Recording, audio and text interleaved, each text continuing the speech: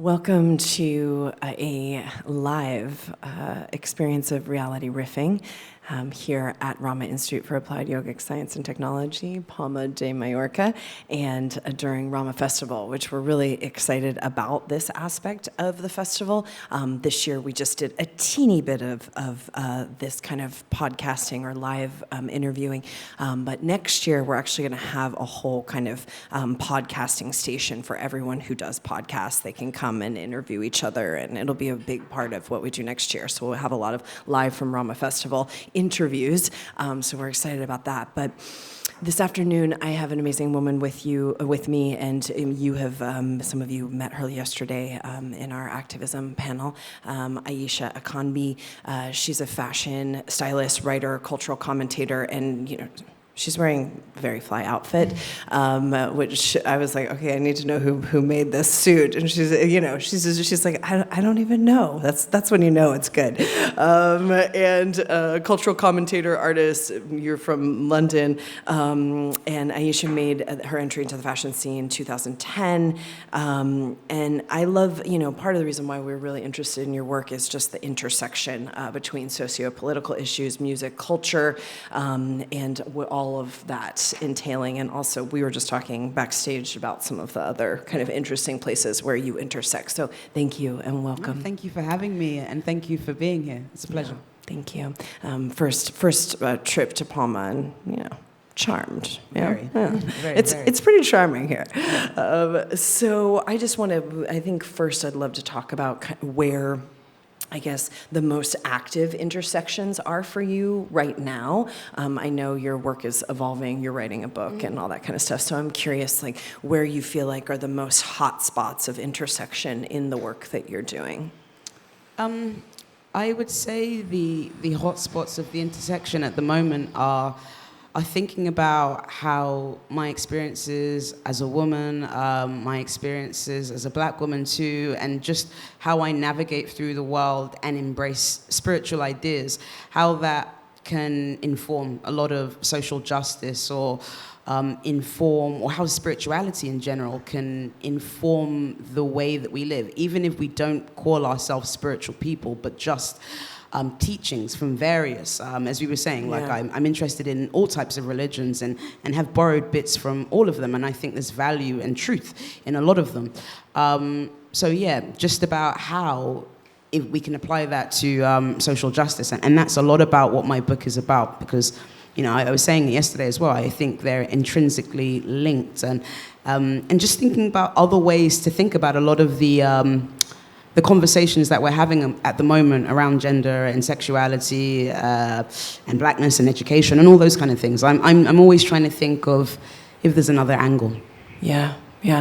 And do you feel like this kind of spirituality meets social justice and kind of that intersection, do you feel like that is kind of a newer conversation in Europe compared to America? Yes, I think so. I mean, I'm not even aware of the conversation as much in Europe, if I'm honest. Yeah. But I know it's the ideas around spirituality and the realizations around spirituality that make me care about a lot of social justice issues, and so I guess I was interested in why it seems to be absent from a lot of people's way of maneuvering it, and I all know that eventually, or in essence, that we all want a fairer, more balanced world, but the ways that we go about that seem to be devoid of a lot of spirituality, or at least self-awareness. Yeah. I mean, it's surprising how little self-awareness there is in the spiritual scene. Yeah, no, exactly. And for me, that's fundamental. I think that's 101. Yeah. In the book that I'm writing, I'm not sure if I'm using the word spirituality a lot, because that comes with a lot of its own connotations. Yes. Yeah, it very much does. But, self-awareness is spirituality to me. So yes. it's self-awareness that I'm interested in, and I think will help our social justice causes. And where was the turning point for you in terms of self-awareness? Like what kind of either crossroads or experience? Yeah. And it's always crossroads generally, isn't it? Yeah, it is. And I had a really intense crossroads when I was 24. This was in 2012. My brother actually passed away. He was stabbed. And that really shifted my entire consciousness almost overnight. Essentially, he was robbed for his things, and that really got me, or killed for his things, should I say. And that really got me thinking about the emphasis society places on materialism and what people are willing to do to feel valid, even if that means possibly tossing away their entire lives. And it just, from there, many thoughts. I remember I had one night specifically where I couldn't sleep because of everything that was going on. And out of nowhere, my brain just decided to give me this slideshow of everything that was living in my subconscious, from, why are you hanging out with these people? Or do you like what you're doing? And if these people weren't doing it, would you be interested? And are you fulfilled by some of these things? And jealousy, where is it coming from? Why do you have it? Inspect it. And everything that was in my subconscious, and a lot of darkness came to the forefront. And it was really uncomfortable. And I didn't like what I saw. And from that day, I've just been changed. I think you see certain things in life, and they really don't allow you to go back to your old dimensions. And it was from this, and it was a very tearful experience. When I got to the end of all of these questions, tears started forming, and it was in many ways like a rebirth. Wow. Yeah, beautiful. These are the great moments. The transformers. Right. Yeah. I often say that death taught me how to live, which doesn't mean that I'm living a perfect, righteous life. Of course not. But it's at least shifted my perspective on many things, on time and purpose. And maybe I didn't feel like I had much of a purpose before it happened. But all of a sudden, everything that felt scary to do was also very necessary to do. Wow. And how have you, because I think those things happen to people, and they have the moment where, they see things really clearly, but then they sink back into sleep, basically. What do you think was different about your process, or how have you been able to maintain and cultivate the continuation? Yeah, it's interesting because it's a question I ask myself a lot, because I'm not the first person to lose someone close to them, at all. But then it doesn't seem to have the same effect on everybody. But I think for me, maybe one of the things that might be different, in a situation like mine where you face a murder, essentially, I think it's very easy to become hateful, bitter, and judgmental. And I was just very curious, Of course, I was hurt, but I was more curious than anything else about his own psyche. And realizing that although I would never do, something like that, I would never take someone else's life, but I started thinking about, but what did this mean to him to have these things, And maybe it's a sense of validation, and maybe it's a sense of belonging.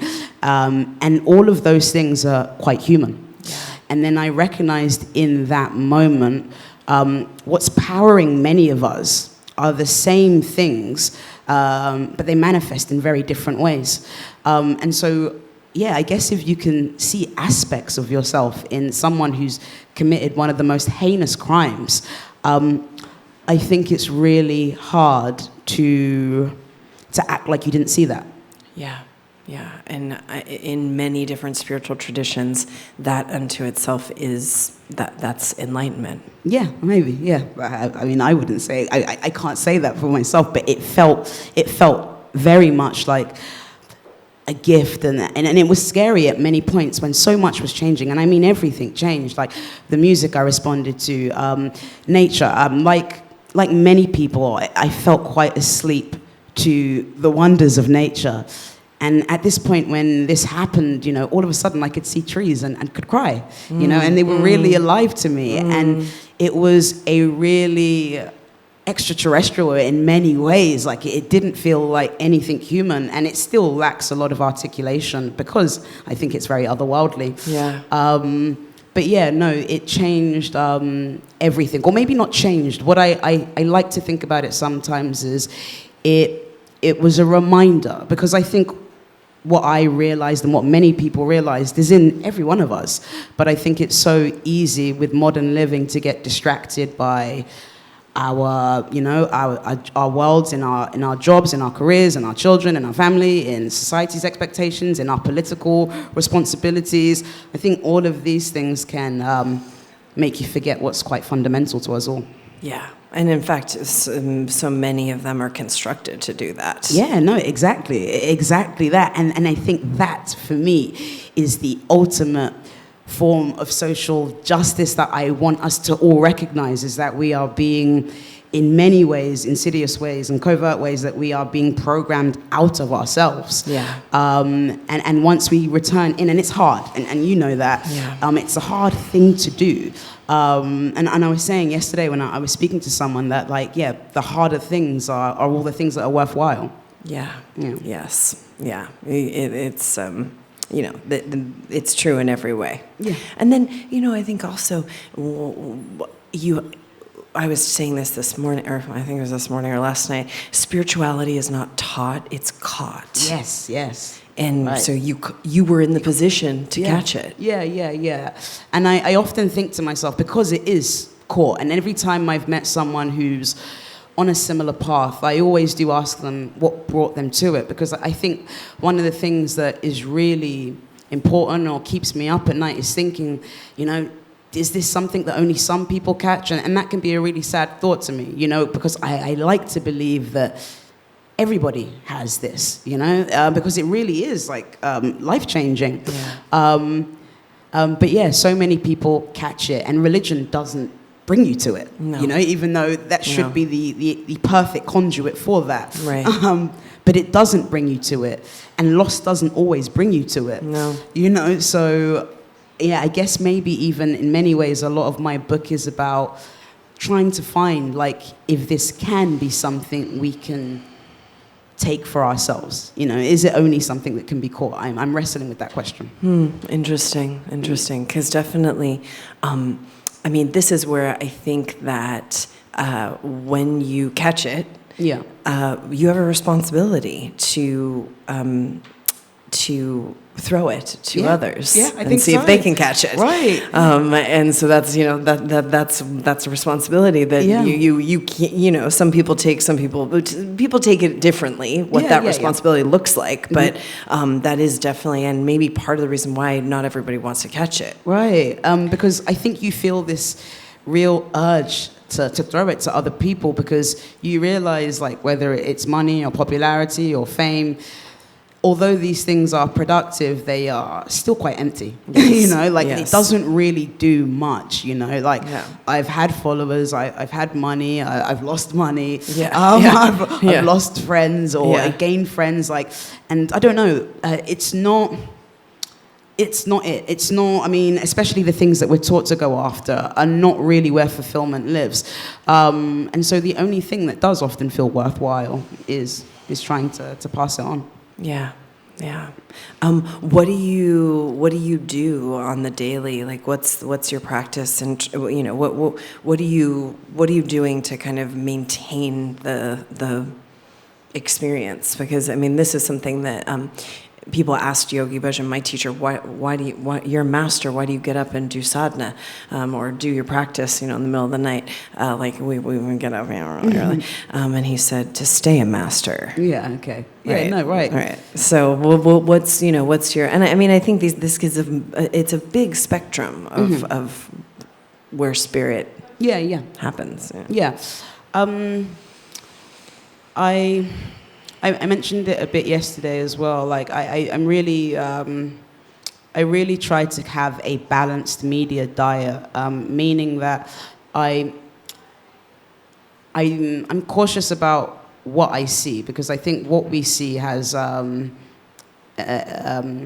implicit sort of influence on our behavior, on our desires, what we start wanting. I think I'm very scared often, actually, of wanting, of wanting a lot outside of me, apart from things that are like, just that I can share with other people, and things that feel like community. Like, I'm very cautious about, I don't know, feeling like I need this new pair of shoes, that it hasn't come from me, especially if it's come from something else. I'm very cautious about that. So I tend to spend a lot of my time more than engaging with the media, like talking to people, writing. And you are right, like when this experience first happens to people, it's very, very intense, and very otherworldly, and then it wears off, and it wore off for me. That thing that was very frightening, like I always felt like, am I going to die? Like, what's happening? But it felt exciting. It eventually wore off, and I've never taken LSD or anything like that, but that experience very much felt like what people report on LSD. Right. And it was terrifying in many ways, because I didn't know what was going on, but I wanted to keep it. And when it left, there was a lot of sadness. In many ways I've been trying to get that back, and I don't know if you ever can, but I think what I do know is that if I have this understanding that we are being programmed out of ourselves, I just try to stay away from that. And I try to really understand even the most awful, heinous things that people do as to where they come from. I try to humanize, actually, a lot of bad behavior, or maybe what some people call evil. And I know you're not meant to do that. You're not really meant to do that in our climate. You can't humanize intolerance. You can't humanize all of these things, because if you do that, then you're said to be complicit. But again, I always come back to this thing where if you don't humanize something by trying to understand it, you don't ever have a chance of fixing it or trying to remedy it from its root. You start focusing on the branches and the symptoms of the issue. I think it's all very inward, I must say. But then also I do rely on a lot of art and literature and listening to speakers on YouTube. Just when because this conversation you can't have with everybody. And that can be isolating. So I always try to remember that a lot of the people that I'm inspired by, especially in a literary sense, are not necessarily people that have been easily understood. They're not necessarily people that are even always very likable, but they really march to the beat of their own drum. So, I often see a lot of these people like guides, and I check in with them. So that's how I try to stay in it, because if I don't stay in it, then I will feel like life is happening to me rather than me creating my life. And it's crazy how quickly that can, I was teasing with because all the cultural constructs, even the way that the roads and the cities and the houses and everything, the way that it's designed is that we're moving in culturally constructed even movements, linear kind of culturally constructed. This is where you cross the street. This is where you, and it creates certain kind of training for the mind. God, completely. Quite psychosomatically. And so I try to do movement arts besides Kundalini that take me out of those that cultural kind of conditioning in the movement, in the body mind. No, it's important. But it's amazing how quickly, I'll come back to something like a sacred. I study hula, and that you're just like all of a sudden you're like, I don't know how to move my hips again. You know what I mean? Like, because you're so like it's like robot land. So this stuff, it's intense. No, it really is. I remember I was in Nigeria end of last year, and I was walking with friends that I'd met, and they would always say to me, "Why are you walking so fast?" And I was like, "Oh, this is how I walk." And they'd be like, And then I started realizing there's a certain type of programming that you have from being in a city and rushing. Everything is a rush, and you want to do everything quickly, and you don't, and the process is irrelevant. And I remember that one of my friends had been to London, and this friend of mine isn't particularly very privileged in any way, shape, or form. And in many ways, you would imagine someone in her position moving to London would be the ideal thing that she would want. And she went there, and I said, how did you like it? Would you ever like to live there? And she said there was too many rules. You know, you can't do any, there's no freedom there. And so whilst we look at a lot of these countries, and of course there is suffering there, and there is abject poverty, but they're looking at us as some form of impoverished being. Yes. Because although we have material abundance, we're robots to them. Right. Yeah. Right. And Right. I think that was important to see as well. Absolutely. Yeah, very, right, very. So I was just reading your current article, and I think this is a really interesting intersection of conversations. Do you want to kind of... Yeah, so we're talking about the cancel culture one. Yeah. So I don't even know if everybody is aware of cancel culture. I don't know how much you live online, like so many people in my generation and age group do. I think we're, Yeah, we're all there. They're scrolling right now. They're not even paying attention to our conversation. They're looking at our Instagram right now instead of listening to our conversation. So this may resonate. But there's this idea at the moment, a very, very pervasive idea that, and it's tricky and complex, but the idea is that if someone is seen to be doing something that is immoral, illegal, or sometimes just a slip of the tongue. Sometimes people don't have the right terminology for certain things, and we live in a very sensitive terminology time. Yes. And if you don't have the right terminology, you've said something wrong, or you've said something that can offend someone, then the idea is that we cancel you, which is essentially to boycott a human being. And I get it, because, you know, there are people who've done really awful, heinous things. You know, someone like Harvey Weinstein, who has taken advantage of all of the privilege and material wealth that he has. And so, you know, the idea is that we cancel him. He doesn't work in Hollywood anymore, and he goes to prison. And you know what, I do believe in many aspects of the law. I think if you keep doing something that requires prison, although, you know, prison reform is a different conversation. But yes. then, I do think you should be reprimanded for that. I do think that you should pay the consequence for what you've done.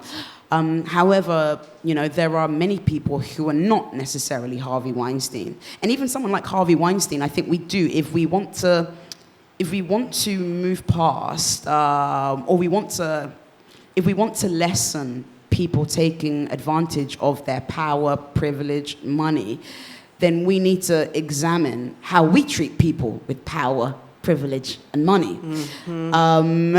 And that's uncomfortable, I think, because I've never really heard many people talking about that. Yeah. But if we treat people with power, privilege, and money as if they are superhuman, more superior than us, or people who have inherent value, you know, the human mind is fairly malleable in the sense that we can believe these things. Yeah. We can believe these things. And so I think there's a whole culture that makes Harvey Weinstein's. Yes. That's a lot more interesting to me than solely calling out Harvey Weinstein. He needs to be called out, and he needs to suffer, or not suffer necessarily, that's not the word.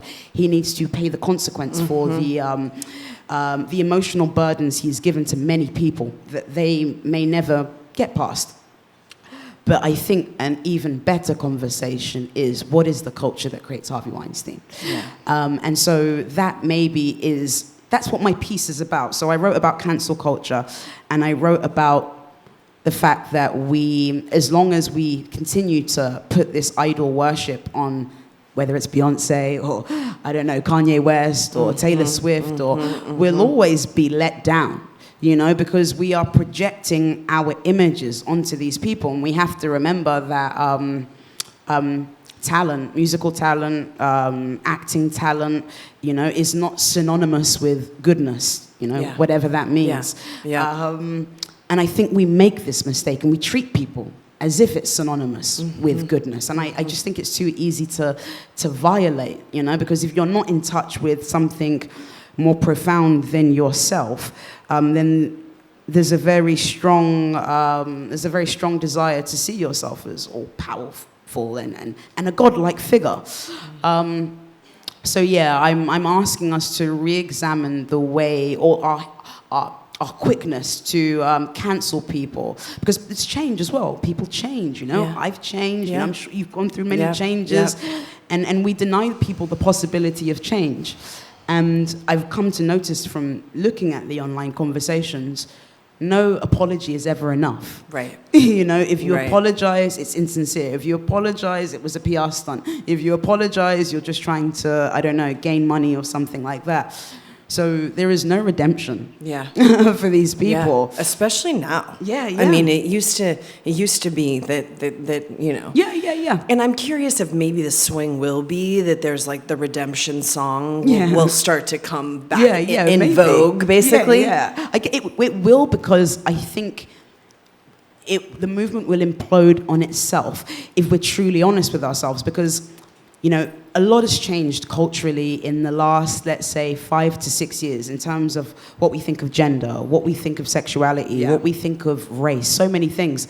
And so it's logical to think that maybe 10 years ago, a lot of the people who are now advocates for all of these vital changes probably had, you know, ideas that would be cancelable by today's standards. Right. You know, and so when people start, I don't know, digging in the closet of prominent activists and like, well, actually, in 2010, you said this, and that could be perceived as transphobic, you know, then we're all going to be like, oh, damn, I think we've done something here. We've created something where we don't allow the possibility of change. So I think this monster will come for more people, and then we'll see that it's not the best way to go about things. Yeah, there's definitely already very much, I see this cannibalization that's happening in, you know, this you know, in all the different sectors of how this happens, particularly online.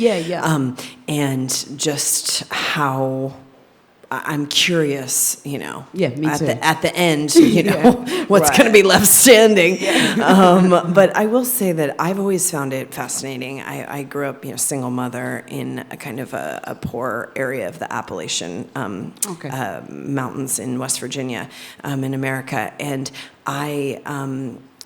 when I moved to New York and then Los Angeles, but particularly Los Angeles New York is the great leveler in a certain way. There's certainly wealth and it's showy in certain ways, but LA was much more that way. Oh, I've been. And is, and particularly in the car culture and stuff. And so I've always had a aversion to the car situation, just like how the drama of the car. So, and there's a lot of valets. And something that I noticed early on moving to LA and having like my junker car, is that the valet people who are always minority and always kind of marginalized and you know, in some way they're the help and all this kind of stuff, the valet people themselves would take on the attitude of the oppressors, meaning that they would give you all sorts of weird kind of shade for driving a certain type of car. And I thought, you know, this is very interesting how they've basically taken on the value set of celebrity culture, or you know, the value set of a certain type of kind of showy bourgeois So are you culture. saying that they would judge you by your car? Yes. Oh, I see. Yeah. And these are, you know, a lot of them are immigrants, and a lot of them are. Yeah. So I was something that I really was like, wow, this is really interesting. That the thing had gotten so kind of internalized, and so I think it is. I think it's very fascinating, the culture that is built around. The you know. The idol worship. Yes, exactly that, and even the other thing similar to that we, you know, as you were talking about these valets taking on the ideas of, you know, oppressive figures or people who have a vested interest in them not developing. I think a similar risk could happen in activism, in the sense where you can become what you fight against. Yes. You know, very much so. And it happens most of the time in history, I think. Yeah. You know, I think the evidence is clear there. And so I want to make sure, and at least what I put out, that we're protected from that. You know, like, is it that we want a seat at the table, or do we want to break the table? Right. I'm really interested in breaking the table. Right. Yeah. Right. Yeah. And yeah, I remember, and this is some years ago. I think it's changed quite a bit, but still, this kind of stuff is insidious. It's subtle. There was a woman who was sitting in the audience at some conference, and there was a woman on a panel, and she was saying she just remembered sitting there and being like, "I'm going to be the woman on that panel next year," and then she realized that it's like, well, why is there only one woman on the panel, or why can it only be one woman who's represented in the, and I think that could go along, with every kind of, but that's where we really have to go after these ways that we've eaten and metabolized the patriarchy, is how I call it. Yes. But how it's become kind of a part of the cell waste of our subconscious. 100%. You're very right there. Like, there is, I remember I said this once, and people didn't like it. They didn't maybe understand, or maybe I just didn't word it very well. But I did say, if there is a toxic masculinity, it would make sense that probably there is a toxic femininity. Yes. And a lot of people were replying to me, and they were saying things like, well, isn't toxic, or isn't what you're calling toxic femininity just internalized patriarchy? Perhaps, but its manifestations can still have very toxic repercussions. And so, I think, and again, I'm always interested, I guess, in the uncomfortable conversation, because I guess, you can't put a Band-Aid, as you guys would call it, you can't put a Band-Aid on a broken arm. Like, you have to get inside and fix it. And so, I think to even address the issue with men, whether you want to call that toxic masculinity, patriarchy, all of these things that we women know, and it is quite obvious to us, we also have to address women and what parts of these things that we swallow that allow these ideas to manifest and bubble and cultivate and gain strength. I think that's true. Well, you would love this woman. I'm going to connect you if you, I think she's also, from London, but her name is Madame Gandhi. Okay. And I interviewed her, and we talked, this was a year or two ago, we talked about kind of the rise of the swing of toxic kind of femininity in leadership, and what that's going to look like. Because there's definitely been kind of like, well, she's too emotional, or she, there's been like the kind of the idea of that from the toxic masculine side of it. But then how will, as we see more and more women in leadership, how does this stuff play out? Right. And where is that going to also become something that we have to really fully frontally look at? And I think, we're seeing shreds and shards of it. This is an example that I think is Vogue ran which is run by women. Most media is in terms on that fashion media. And Vogue ran something on the women who were in the presidential race in America, and they didn't include Marianne Williamson. What? And why? Vogue is not a political. Yeah, well, it's becoming so. Well, everybody wants to get their dick in those mashed potatoes, as they say. But I think that that in terms of, just kind of seeing that to me was very much like a toxic feminine. Yeah, why did they not include her, do you think? Well, they said it was because she's never actually held political office, but still, she's in the debates. She's one of the front runners as a woman in America as a candidate, and so it was definitely a certain mean girl type of slight, in one way or another. No, I get it.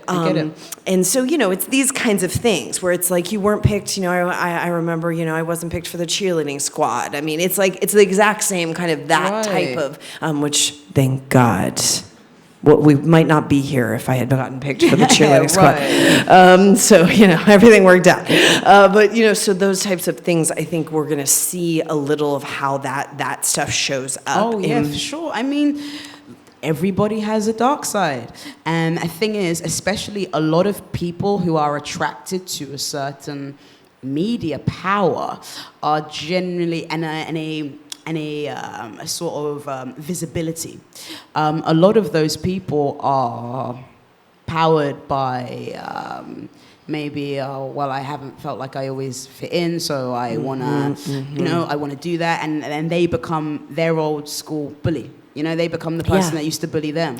But I think it would be naive to think that women are exempt from that type of behavior. I think it would be a major oversight. Yeah. Well, we had a gender politics panel earlier today, and I'm wondering, just in terms of gender and in terms of, new thought on gender and the body politic around that, if you have anything to share. I mean, that's a landmine too. It is. Yeah, that's a major landmine. But like all of the conversations, because they're all quite explosive, I often think of this word diversity, which is thrown around a lot recently. We all know that companies should be more diverse, or we all know that advertising and every bit of media, this word diversity comes up. But I don't know, if, for me, and maybe this isn't the done thing to say, should I say, but I don't know, for me, like, diversity becomes just an aesthetic if everybody thinks the same. Yeah. It doesn't mean very much. And so diversity for me also does mean diversity of ideas and diversity of thoughts. And in many ways, especially a woman like me, I completely understand how gender norms are rigid and narrow and rob people, men and women, of really truly discovering themselves, because we all want to be normal and fit in. So I think the fact that our concepts of gender are expanding is a good thing. I don't identify as a woman. I am a woman, and I don't. But however, I've never been a woman that has been traditionally feminine. I've never been a woman who has, bought into the marketing idea of what it is to be a woman. And when I was young, that did cause a lot of confusion. So when the term gender dysphoria is going around, I really understand that. But for me, I think, and I think this is somewhere important, and I don't know if I hear about it enough. Although a lot of people refer to me these days as they, which I don't often correct them. It is what it is. I always feel if I know who I am, what other people do is not as important to me. But I think people, and they probably do it with all the good intention in the world, that they see a woman like me with this type of appearance and they assume that I must not identify with womanhood. And although it's well-intended and they mean to be inclusive and not potentially offend me, I think if we start looking at women like me who have this presentation, which is so many women, many, I think if we start saying that this isn't a woman, what we do is we end up we end up reinforcing gender stereotypes. So I think Very interesting. Very.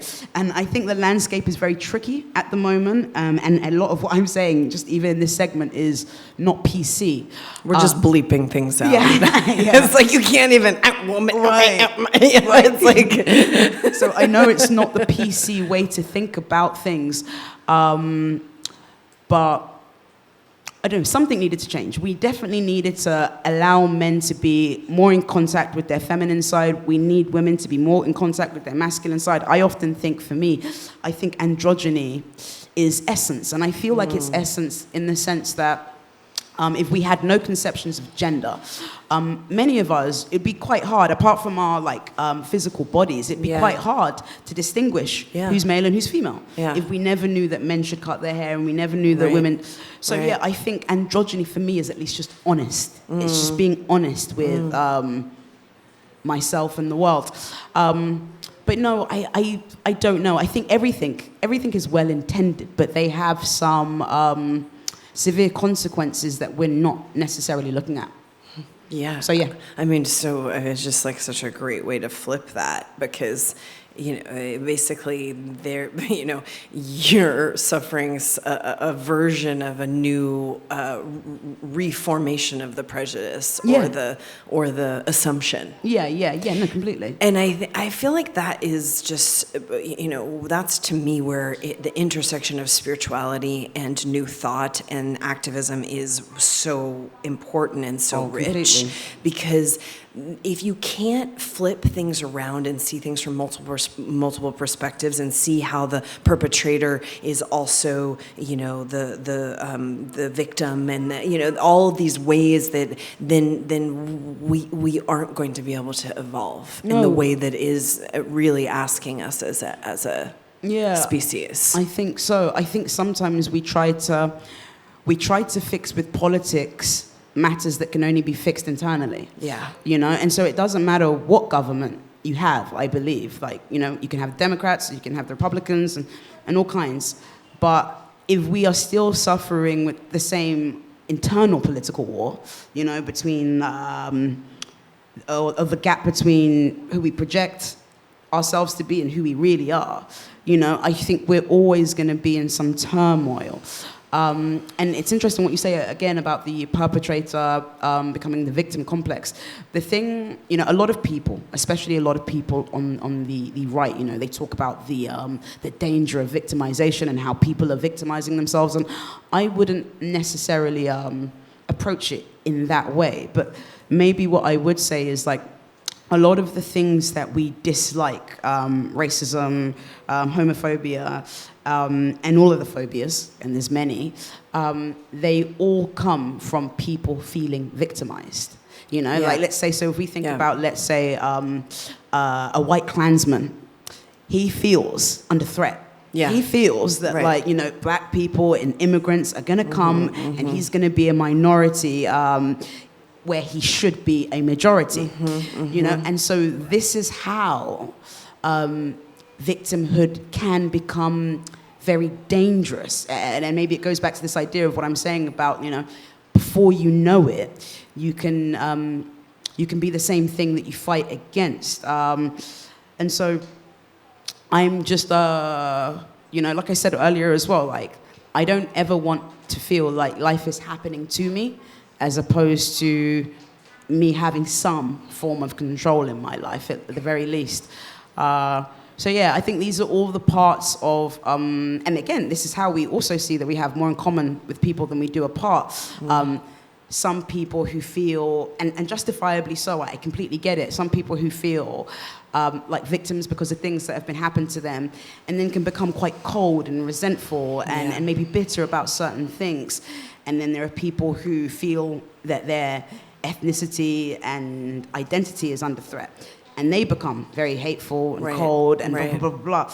And again, this is why I always come back to this idea that we really do have more in common than we do apart, if we can talk to each other and be really honest. Yes, and I think that's why I feel like these conversations are so important. Yeah, I do. It's really it's the only way that this starts to kind of bloom into a new lexicon Yes. for a new age. Yeah. So, and we're working it out, you know, we got to like stumble around Exactly, and, kind of trip over the furniture and all this kind of stuff. Yeah, Because no, it's a new time. And I think it's just, that's part of it. There's this really interesting program that someone was telling me about that they're actually connecting the perpetrator of violent crime or of particularly murderers, if the family is open to it, they're allowing the murderer of the family member to make reparations to the family, and it's becoming more and more of something they. What, like a financial reparations? No, more like a maybe. Okay. I mean, I think it's I can't remember exactly. It was kind of in passing, but some sort of, whether it's apology or some kind of deep sharing of a deep felt kind of shift that cataclysm or spiritual awakening and that kind of thing, and that it actually has, as much as you would think it wouldn't be desired or wanted by the family members, it's actually been a place of like a deep amount of healing. Yeah, and I can imagine so. And so I think it's just these are the places where we don't we think that that's there's so many kind of walls and reactions but even to the depth of that kind of loss, that experience of dialogue or that experience of some sort of ability to be, there's no real true reparation, but even to just show that they've changed and that they wouldn't ever do that. Important. It's a deep. I mean, this is where like a deep spiritual. That's a deep spiritual practice. Oh my God, completely. But I do even remember in the aftermath, in the immediate aftermath of my brother dying, I do remember like having a real intense desire to speak to the person. I really, really did. And I don't necessarily think about it so much anymore, but it's definitely not something that I would seize up at. It's something that I'd like to think that I could embrace. I think so, because the alternative is that these people who've committed these crimes, they eventually come out. They are not allowed to make any kind of contact, obviously, and they don't have any form of emotional reparation that is available to them. And so, you can start to, well, you know what, if this is how the world looks at me and this is who I am, then this is who I'll continue to be. Right. Because, a lot of offenders reoffend. Yeah. I think if we really are to think about prison as a rehabilitation, which is what it's meant to be, then I think those things are fundamental, or crucial, should I say. Yeah. Well, next time we'll have to have a panel on the prison industrial complex. Because we can't talk about anything if we're not on a panel. But would love to continue that conversation because it's very, very important.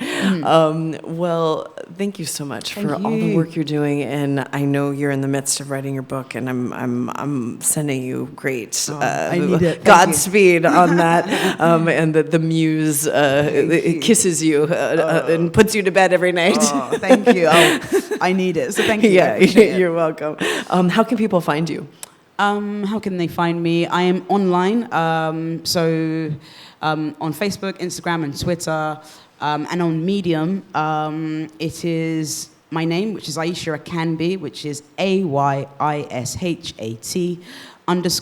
_Akanbi, AKANBI. And you can find me. Great. And do you have a pub date for this book? Oh, no, I don't even want to think about that. Okay. I mean, hopefully, maybe in the next year. Yeah, okay. I understand. Don't get me wrong. Wonderful. Well, we can't wait to continue to see all the work that you're doing, and nice to meet you. Yeah, you too. Thank you, guys.